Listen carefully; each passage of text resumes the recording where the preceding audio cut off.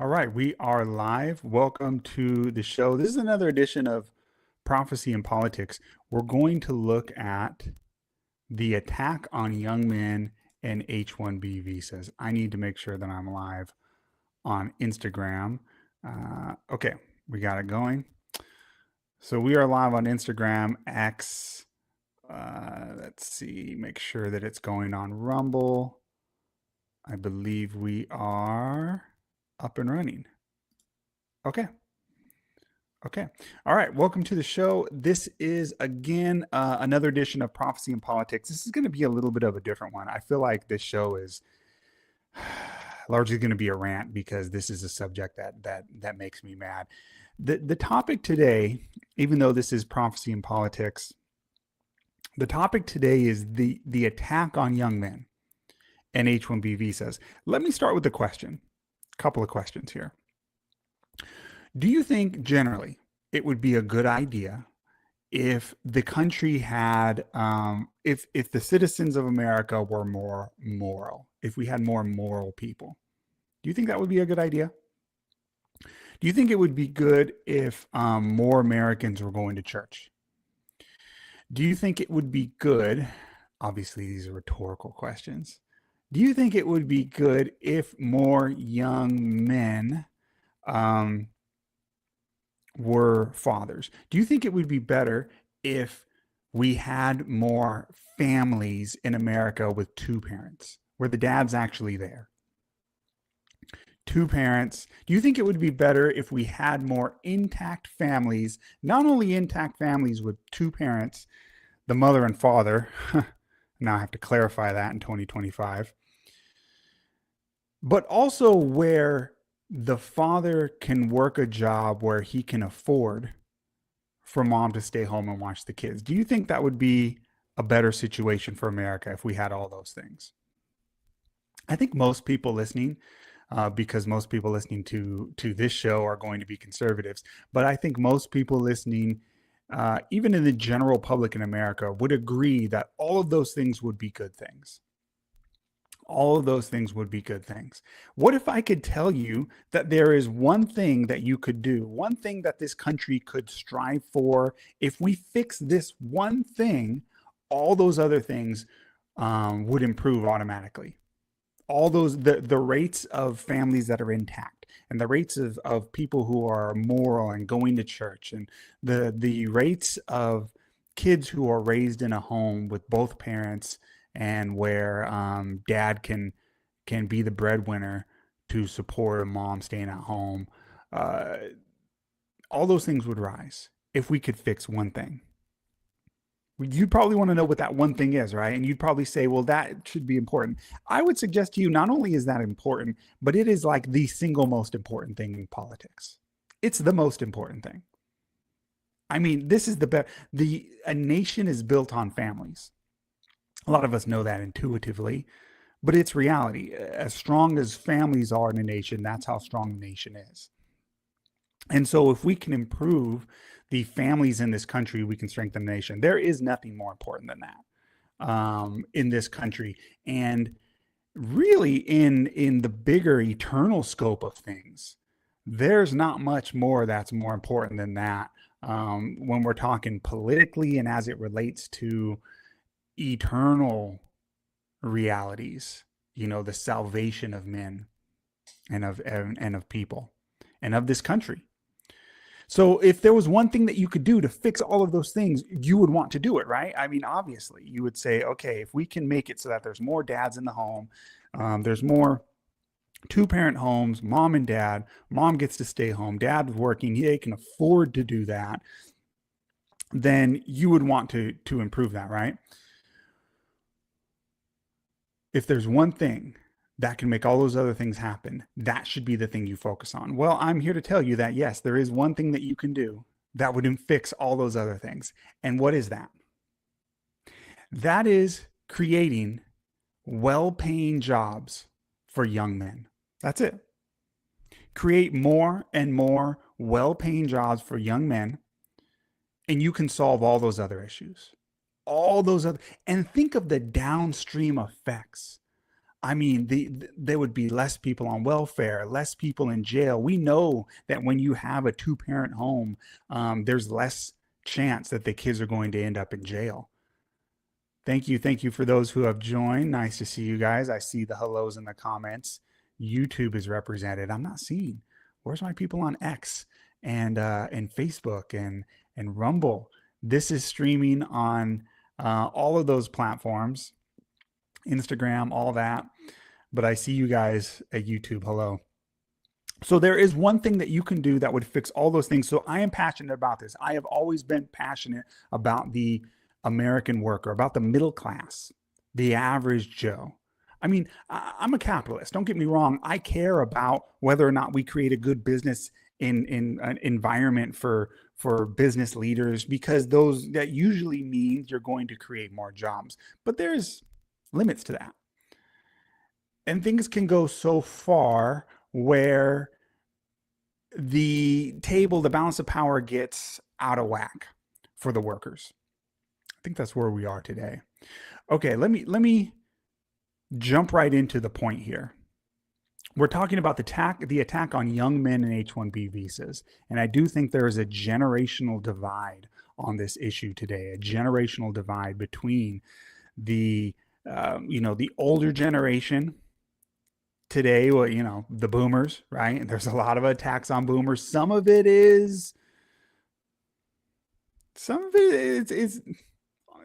fitting. Some of it, and then some of it's a little too much, but there is a generational divide on this. The people who are working, who are entering the workforce today, and compared to those who are, entering retirement, are already there, and this is a discussion that we're going to have politically. If you want to win, if you don't want this country to sink into socialism, this is something you're going to have to pay attention to. We're talking about the attack on young men and H1B visas. All right, let me jump into kind of my point here. Did you know that the H1B visa program was created to destroy opportunities for young men in America? It was created for that purpose. There's proof to this. This is not conjecture. This is not, just me spinning this out. I'm going to give you guys a quote from a study that was done on the National Science Foundation. When the H-1B visa program was created, they studied it before. They studied the idea of it. They studied what it would lead to. They studied just the basics of what it would do and why we would bring in a bunch of foreign workers into America, especially in white collar jobs. They studied this beforehand, and they came to conclusions of what would happen, and they wrote out, and it wasn't public, but they did study it. They didn't make it public. I'm going to show you the quote, but they didn't make it public, obviously, because it would have made people mad. But this happened in 1990, early 90s, right? George Bush the first. I think by now, both sides would agree that he was not the best guy, not the nicest, not the nicest person, not the best president. Single term for a reason. Neocon of neocons. He was former CIA director. The guy was an insider of insiders. And, Congress created this. George Bush the first signed it. And the purpose for it was to destroy the professional class in America. So here's the quote. H-1B visas. This is the study that was done before the H-1B visa program was created. And at the time, the propaganda that was given to America was that, think back 1990. There's all this growing technology. And what people were being told by the media, who always lies to us, what they were being told by the media is there is this coming shortage of workers in the high-tech fields and in these new emerging technology fields in the 90s. And we just need workers. We need them. And because of this, it's going to be this crazy market where people are, the people who do have these degrees in STEM degrees, right, in technology and so forth, they're going to command these wages that are just through the roof. Never happened. Never happened. But this is what we were told. And we're going to have this great shortage. Never happened. We never had this great shortage of workers. But behind the scenes, while they were telling the American people that, they were studying this. And here's what they said. This is from the National Science Foundation, which, if you know anything about the NSF, you know that this is a very insider, connected to the cabal, the CIA, all these types of organizations, the NSF, National Science Foundation. They did this study on this, and here's what they said. They said a growing influx of foreign PhDs, people with advanced degrees, right? PhDs, but they're foreigners, into US labor markets will hold down the level of PhD salaries. So they knew this before it happened. They wrote it down. I'm quoting. Okay, continuing the quote. To the extent that foreign students are attracted to U.S. doctoral programs as a way of immigrating to the U.S. So this is how it works. They created the program because they knew what would happen was foreign students would come in, take these jobs, take the positions in the universities, and then take the jobs. And what was the point of this? The point was not to replace a lack of workers. That was not the point. That's always what we're sold. Always. That's what's happening in Europe today. That's what the Europeans are being told while their country is systematically replacing the native population. What we are always told is there's this shortage of workers and we're bringing these foreigners in to fill these jobs because we don't have the workers. But in reality, what they were saying amongst themselves is, hey, what this is going to do is this is going to lower the wages of the people who are already here, the PhDs who are already here. So the study made it clear the problem was not a problem where talent needed to be solved, where we had this lack of talent. The problem was the employers did not want to pay the competitive wages for US PhDs. And so what they did is they brought these in to undercut the wages to lower the wages. It's the exact same thing that happens with illegal immigrants, but that's in usually blue collar jobs, right? Illegal immigrants come in, they take jobs for cheaper. They're willing to, take abuse that Americans wouldn't take, abuse that is not right. They're willing to take it. And so the Americans get kicked out of those jobs. And more jobs are jobs that used to be things that American teens would do and so forth. And now they're not ever done by Americans, or very little. More and more industries get taken over. Here's a quote I'm reading here. This is the real origins of the H1B Act. By the way, if you want to know more on this, there's an article by Eric Weinstein that digs deep into this. It's called, I put it on the screen, but it does not look good in the new vertical format that they're allowing me to do here on StreamYard. So if you're following this on YouTube or Instagram, I think I'm vertical on those, so it wouldn't look good on the screen. But the article is How and Why Government, Universities, and Industry Created Domestic Labor Shortages of Scientists and High-Tech Workers. So they created this shortage on purpose. And yeah, it was really, okay, so here's a quote. Their aim instead was to keep American scientific employers from having to pay the full U.S. market price of high-skilled labor. They hope to keep U.S. research system staffed with employees classified as trainees and students and postdocs, postdoctoral students for the benefit of employers.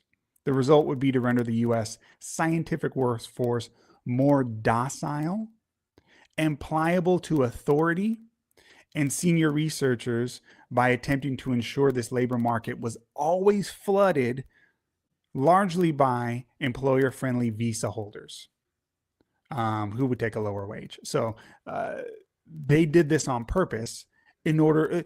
So think of it this way: the US and the business classes in America and the powers that be, they looked at the current situation, they looked at the situation and they said, we have already, this is 1990, right? At this point, they had already begun the process of hollowing out the American factories, hollowed them out, right? Cities like Detroit decimated by sending manufacturing overseas. So those blue collar jobs you used to be able to get in the 60s and 70s, where you would get out of school as a young man and be able to support a family with a high school diploma in your local factory, that was already gone. That was already sent. Nixon went to China and made deals over there. And from then on out, they slowly had the process of sending our factories over to China. So those jobs were already either gone or on their way out. And then they turned these greedy elite, we call them elite, whatever, greedy swamp creatures.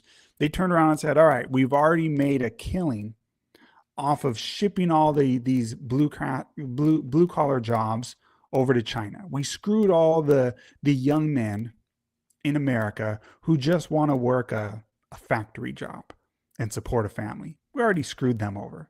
Who can we screw over next? Well, the professionals, the professional class, the white collar jobs, the young men who, the best and the brightest. Let's go after their jobs next.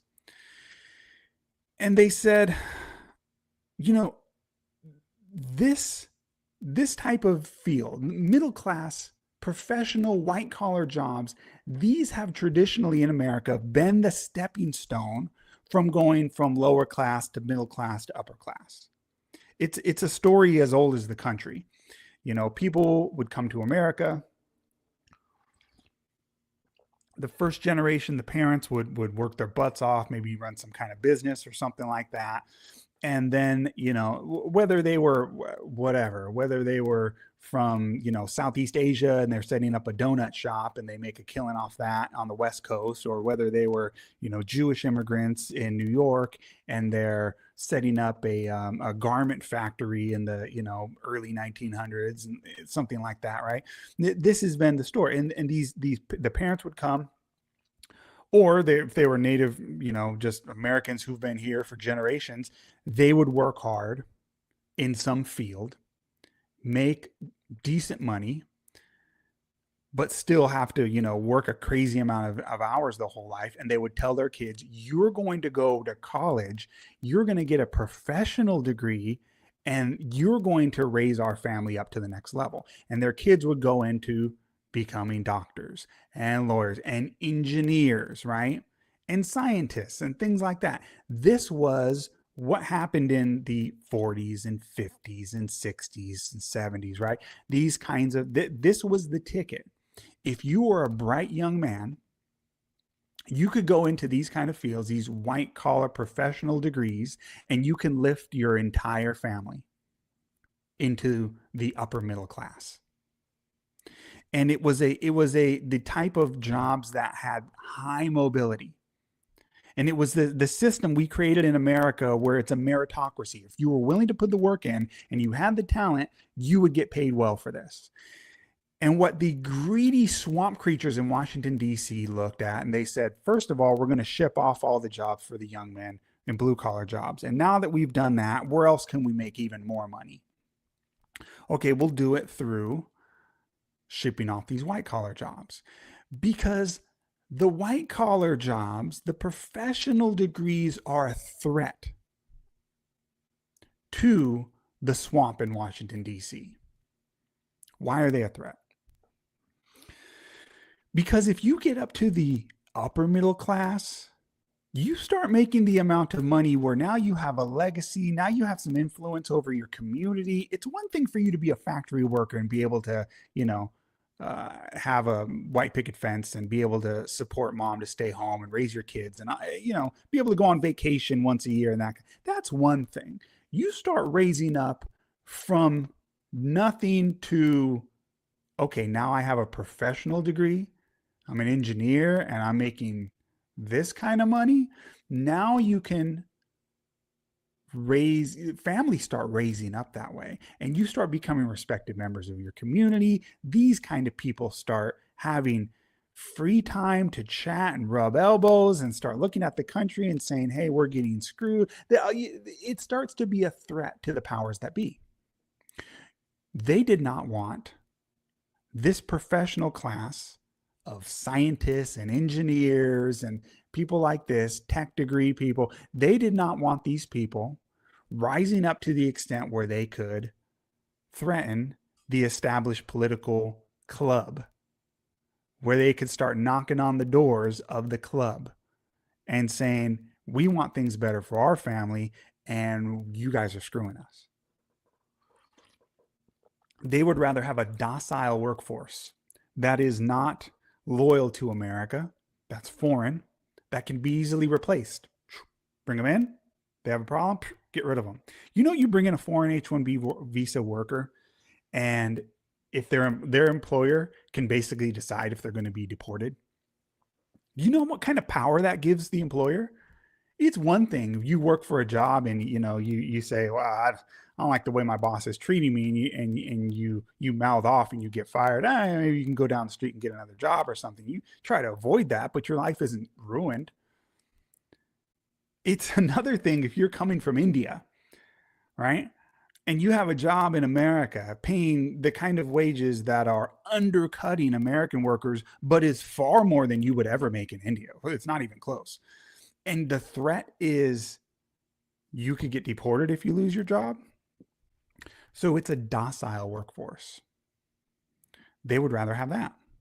And, you can pay them a lot less. So this is the game. All right. So I gave you the setup. Now I know there's people who are going to say, Joshua, yeah, but how much of this is just, you got to pull yourself up by your bootstraps. And these kids don't want, yeah, they're not willing to take these lower wage jobs because these kids nowadays, they want to come out of college and make, $250,000 a year and step right into middle management and blah, blah, blah, right? There's a bit of a generational divide on this. And I hear this kind of stuff largely from older generations. They cannot comprehend the fact that things are different from when they grew up to how they are now. Remember, the H1B visa program did not exist before 1990. And since 1990, they have flooded the professional workforce. If you were getting your first job before 1990, if you were getting your first job in the 70s and 80s, 60s even, probably more like 70s and 80s, you did not have to compete with the entire world, right?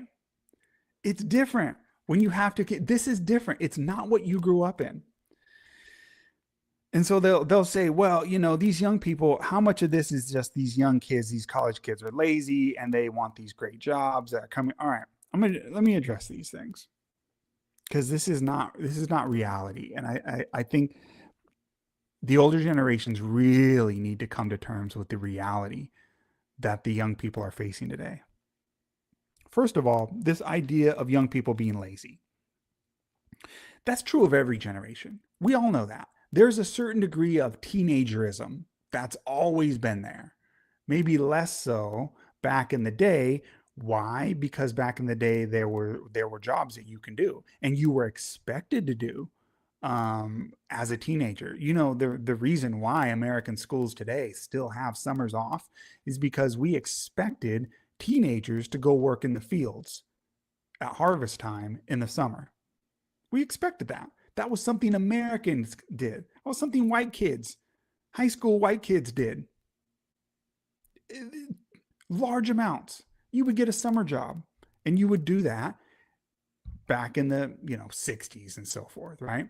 Not as much today. Why? Because we replaced those workers with a bunch of Mexicans. I'm Mexican, by the way. I'm not anti-Mexican. This is a fact. This is just reality. Okay, it's not anti-Mexican to talk about reality, but we replaced them with a bunch of illegals. And so, why would you hire the kid the high school kid when you can hire the illegal immigrant. So you cut off that bottom rung of labor and you remove that amount of work experience that young people got. So now they don't have the work experience. Where do you expect them to learn responsibility? You learn responsibility as a young person from those first jobs. Okay. Okay. But we all know that to some degree, every generation, when you're a teenager, when you're in your early 20s, you're a little irresponsible, you're a little lazy. Everyone was like that. Why do we say that as older people? I'm in my mid 40s now. Why do we say that as middle age and older generation people? Why do we say that? We say that because we know it was true of us, right? That's why we get so irritated with it, because we're kind of irritated with how lazy we were at that age, right? Man, I wish I would have. If I knew then what I know now, right? And so, to some degree, there's exceptions. There's some of you who are not me. Well, I was okay, whatever. But to some degree, all of us were a little bit lazy when we were teenagers. Now, to some degree, we also know that there's different personality types. When you were in high school, and I'm talking to the older generations now, I taught at a high school level. I have a heart for these young people. And so I'm trying to, if you haven't noticed, a lot of this discussion we're having today is me trying to convince the older people to listen to the appeals of the younger generation today and how we've screwed them over. And I'm trying to speak on their behalf. I have a heart for these young people. I used to teach high school kids. Put yourself back in the position of someone in high school. You remember that, yes, even though there was a general teenagerism of irresponsibility, yes, there was also different personality types. And there was the young people, there was the teens who seemed like they were born at 40 years old. You knew people like that. There was always those kinds of, very, the straight A students, the kids who, were going to go to the big colleges, who got accepted to the better schools. I remember my senior year in high school seeing students walk around with the sweaters and t-shirts of the colleges they were going to go to. And I was like, I don't know where I'm I wasn't accepted to any university, not because I wasn't smart. That's another story. But we didn't have the money. I didn't even think about going to a fancy school. But you know that there were those type of students, right? You knew that there were the students who, stayed late and worked and did all their homework and turned in extra credit. There was always those kind of students are the students who go and get the STEM degrees. Those are the kinds of personality types. These hardworking people, there's people out there who just like, they just work. That's what they like to do. They still exist today. Those personality types still exist today. As much as you want to think generally that young people are all a bunch of lazy, blah, blah, blah, there are still young people today who have that personality type. And those are the ones who are going and getting STEM degrees, who are getting engineering degrees, who are even have the academics to get into those schools and get into those programs for the, computer science and this degrees and that degrees, right?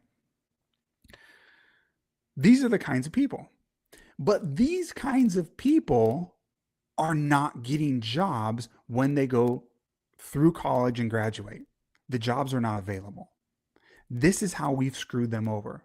We have told our best and our brightest, the kids who are getting the STEM degrees, the kids who should be using those as a stepping stone to the upper middle class and should be the future leaders of this country. Those people, we have taken the opportunity away from them. And no, it is not because they want to step out of college and get straight into middle management, making $250,000 a year. No, that's not true either. Did you know that the majority, something like 80% of H1B visas go to entry-level jobs, that junior, entry level, the first kind of jobs you get right out of college? Those are the jobs we are taking away from American workers and handing to foreigners. Why? Because we can pay them cheaper and they'll be docile. And if the employer doesn't like what they do, deport them and get rid of them. And so they don't have to deport them because the people, they stay in line, right? It's not true. This idea that these are just a bunch of lazy kids who just want too much money. It's not true, guys. The entry level jobs are the ones we're giving away. So this H1B program, we was told and sold to the public, and even today we are being told that these are super high level skilled jobs that Americans are just too lazy, not skilled enough, don't know how to do. They want too much money for them, blah, blah, blah, or we just don't have enough people to do them. It's all a lie. The unemployment rates for college STEM students are skyrocketing. The unemployment rates for college students in America are skyrocketing. Meanwhile, their loan amounts are sky. Tucker Carlson made a good point about this the other day when talking about student loans. Because it used to be back in the 60s and 70s, it used to be that college tuition was so cheap that you could work a summer job and pay for your tuition. That used to be the case in America. That is not the case anymore. I mean, yeah, maybe if you want to get go to a junior college and you come from a poor family, there's ways, don't misunderstand me. But if you, and this is what happens when you create that shrinking job market, you give away all these high paid jobs to foreigners. Kids say, well, maybe if I go to the best school and I get the STEM degree, I get that best degree from the best school, I'll take a loan out and it'll be worth it. And the reality is college tuition is so expensive now for the decent schools that you can't pay for college tuition with a summer job anymore. So Tucker Carlson made a good point when he talked about this. He talked about on the conservative side, we have been given the talking points of pro-business so much. And generally there's some truth to this because the left goes too far on the communist side, right? But there's a balance there, and we've ignored the balance. And I would appeal to my conservative friends to read the Bible on this subject because God talks about ripping off and oppressing the working class. That is a reality also. And we talk about personal responsibility on the conservative side, and that is true. But the Bible also talks about ripping off your workers and ripping off the poor. And I would appeal to my conservative friends to read those verses too. And don't let politics be more important than God and God's word. So Tucker made a good point about student loans where he said, when it comes to personal responsibility, when we look at drugs and the way we deal with drug laws in this country, we recognize that there are two to tango. There's the drug user and then there's the drug dealer. And in America, we don't just say personal responsibility. And if you're the drug user, punishment for you, but drug dealer, whatever, he's just offering, whatever, it's your personal responsibility. We don't do that. We recognize the fact that there is something immoral about somebody walking around saying, hey, take this stuff. It's not going to be that big of a deal. You're going to love it, right? Give you the first one for free. We recognize that's immoral. Not only do we punish them, we punish the drug dealers more than the users. And I think that's correct. I mean, both should be punished, but we recognize that it's even worse to be the person who's going around destroying communities like that. Why don't we have the same principle when it comes to something else that is spoken against in the Bible? And that is usury or taking advantage of people with high interest loans. That's in the Old Testament. You read it, it's highly discouraged, highly discouraged. And there is a lot of attacks on people who rip off the poor with predatory loans. Just go look it up in the Bible. It's there. It's all over the Old Testament. But for some reason, because especially conservatives, we've got this view that everyone goes, because colleges are so liberal now. So we get this view in our mind that everyone who goes to college is a purple haired liberal who took underwater basket weaving in college, right? And it's a stereotype, and it's just as much of a stereotype as conservatives thinking that everyone who is a vegetarian must be a blue haired liberal or something like that. You know what I mean? Like this kind of, these are cultural things. But we kind of get this view toward college students as if, oh well, they're all brainwashed and it's all your personal response. Forget you, it's your problem. But what we have done is we have sold these college students, especially the STEM degrees. I'm not even talking about the underwater basket weaving degrees or the gender studies degrees. I'm talking about these kids who go and get a STEM degree, an engineering degree, a computer science degree, or something like that. And they get out and they can't find a job. And they get a loan based on the presumption that there's a decent chance they can get a job with that degree to pay it off. And then they come into the workforce, and the powers that be have given their jobs to foreigners. Why don't we, to some degree, say, look, it takes two to tango? Yes, the young person shouldn't have signed up for 100,000 in student loans. That's true. But at the same time, how immoral is it for the banks to go and say, look, you're 17, 18, you are not allowed to drink, um but we wouldn't give you a mortgage. You're not allowed to get a mortgage backed by an asset that we could take to get the money back. No, you're not allowed to do that generally when you're 18. You don't have the money. How are you going to pay that back? But let's give you unlimited loans backed by the US government, which takes the risk away from the banks, by the way. So they have no risk. The risk is all on the young people. Let's wave $100,000 in the face of this 18-year-old.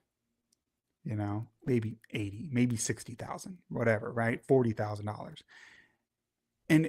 So on the one hand, you're saying, oh, these young people are irresponsible and lazy and they don't know what to. On the other hand, we're saying, well, you should have known better to take that $60,000 loan. Which one is it? Are they dumb and irresponsible, or, right?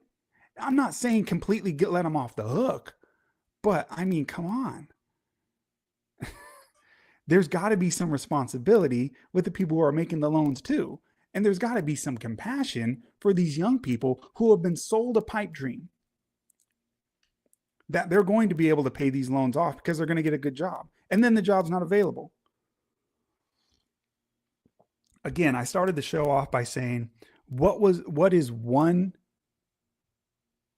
if there was one thing that you could do that would not fix, but greatly help the morality in this country, greatly help the amount of stable two-parent mother and father homes, greatly help the amount of homes where dad can be the breadwinner and mom could stay home. If you could fix all of those things, make it so more people go to church because they have moral lives that they're not ashamed of and they're trying to raise kids, that's a reality. Those things happen. Right? When people get married and they have kids and they settle down, they're more likely to go to church. When you create that environment, all those things, if there was one thing you could do to create that environment to fix all of those things, it would be to provide good paying jobs to young men. That is why this is important. That's why I think this is so important. And it's not going to help anyone if the older generations are just saying, well, pull yourself up by your bootstraps. Guys, before 1990, when you were probably already well into your career, all the entry-level jobs in the high tech and the professional degrees started going away to foreigners. You did not have to compete with that. I'll give you the quote again for those who came late. This is from before the H1B visa program was created, an NSF, National Science Foundation study was done. And they said a growing influence of foreign PhDs into US labor markets will hold down the level of PhD salaries. They did it on purpose to pull your wages down. At some point you have to say, look, if a system was designed to destroy the wages and destroy the amount of jobs and the pay of professional degrees, and we're talking about the best and the brightest kids, the kids who are going into STEM degrees, if we're screwing them over, at some point we have to say, look, this isn't right. Something needs to change. So this is where I would disagree with Trump. And by the way, you bring up Trump and people get mad. People take it personal because they view politicians as their friends instead of politicians. Your employee, you're the boss. American citizens are the bosses. Trump has done good stuff. He's done bad stuff. No loyalty. I don't have any loyalty to any man. My loyalty is to God, to Jesus, right? But other than that, I don't have any loyalty. You earn it. What have you done for me lately? That should be your view in politics. But when Trump says that we don't have the people to do these jobs, it's a lie.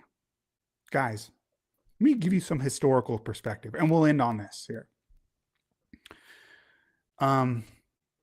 When America went to World War II, we were the manufacturing powerhouse of the world. We had factories like crazy. That's why we were able to defeat Germany, is because the manufacturing base we had in this country. But we sent our young men, the men who were working in the factories, we sent them to war. So who was going to run the factories? Go look up this stuff. This was the age of Rosie the Riveter. We sent moms, housewives, to work in the factories in high-tech industries. I mean, we're talking surveillance equipment. We're talking some, some of the equipment they had in the planes back then was high-level stuff. It's for the time, but it wasn't like you could learn this stuff in a day. But we trained them and they did it. So the idea that there's no one in America we can train to do these kind of jobs, it's a flat out lie. And it's a lie that is being told to us. Look, the H1B program has existed since 1990. There's no reason to train anyone. There's no reason to have a foreigner come here and do any of these jobs. If you want them trained Americans. It's not very hard. They're lying. They want cheap labor. That's all it is. It's not. I don't understand why this is so complicated, why this is so hard to get in your head. It's very simple. Business people want cheap labor. They want cheap labor. That's all it is. They want to replace American workers with a foreign. And by the way, if you didn't know history, this is what led to the fall of the Roman Empire, which we won't talk about today. I want to go into more of these subjects, and I want to talk about more of the way young people are getting screwed. So we're going to talk more about this from different angles. We'll talk about the fall of the Roman Empire in a future podcast. We'll talk about the housing crisis and how this is screwing young people. I'm going to talk about how, Republicans they're going to get destroyed in the midterms, and it's their own fault. I don't have any loyalty to the Republican Party. It's their own fault. They're screwing themselves by pushing this, Elon, I don't know, whatever. I'm not going to pick all the fights right here in this one video, but we're going to talk about all these subjects because this is a subject screwing these American young men. It's near and dear to my heart. When I was in high school and college, and I'll end with this story. When I was in high school and I was thinking about going to college, you think about the degree that you want, right? And back then you get the Bureau of Labor Statistics. I don't know if kids still do this today, but back in the early 2000s, I went to college and I was like, which degree should I get? And you look it up on the website, the Bureau of Labor website, and tells you this job here's the median pay, here's how much they usually education they want, here's how much the chances of the job how many jobs are out there, how's the job growth expected to grow over the next few years, all that kind of stuff. You look all that up and you decide, okay, this is a field that I'd like to do. I was good at math. I was always good at math. I took calculus in high school, passed the AP calculus exam, no problem. I thought math was easy. I loved it. I wanted to be an economics professor, or maybe go into mathematics. I remember in college, in my undergrad, I would hang out with my econ professor, go to his office, and just chat with him for like 2 hours during his office hours, just picking his brain. I love the idea. Then I looked into the job outlook for those fields, to be a college professor and econ, or maybe to be in mathematics, all the different fields, and to get a PhD in mathematics and that kind of. I looked at it and I was like, this is crap. You're going to have to be a student teacher, an associate professor, barely making anything forever. And then if you get the job, it's great, but you could go through that for a decade where you're just, you're working part-time after all this years of school. And then, the chances of getting, and so I said, forget it. I went into business. And now, knowing what I know now, looking back on that, it pisses me off, because that is not something that happened naturally just because. And that's what we were told back then. Well, those are desirable jobs. Lots of people want those professor jobs, so you can't get them. That's not what happened. It was artificially. We brought in foreigners who would take lower wages, who would work just as the associate professor. And those are the kids those are the teachers, the professors now in the colleges, who a lot of these students can barely understand for their thick accents. I make no apologies for that. And they've taken those jobs and they've taken them at lower wages, and they've made it so they flooded the market, and so you can't. It was hard to get those jobs.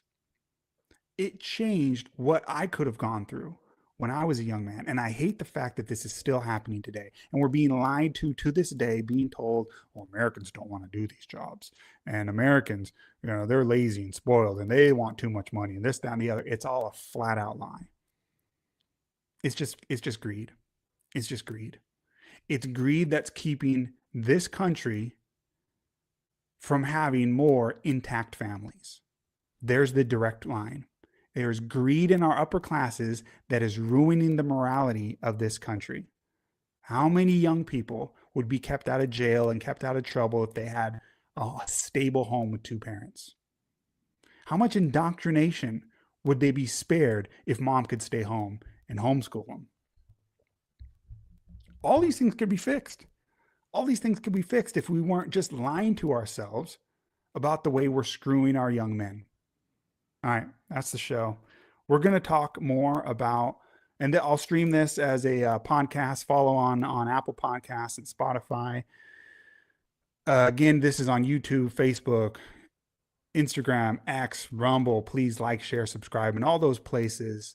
I really appreciate that if you can do that. I'm a small account, and I appreciate the support. If you subscribe on YouTube, hey, hit that bell so you know when I post a new video and you can watch it.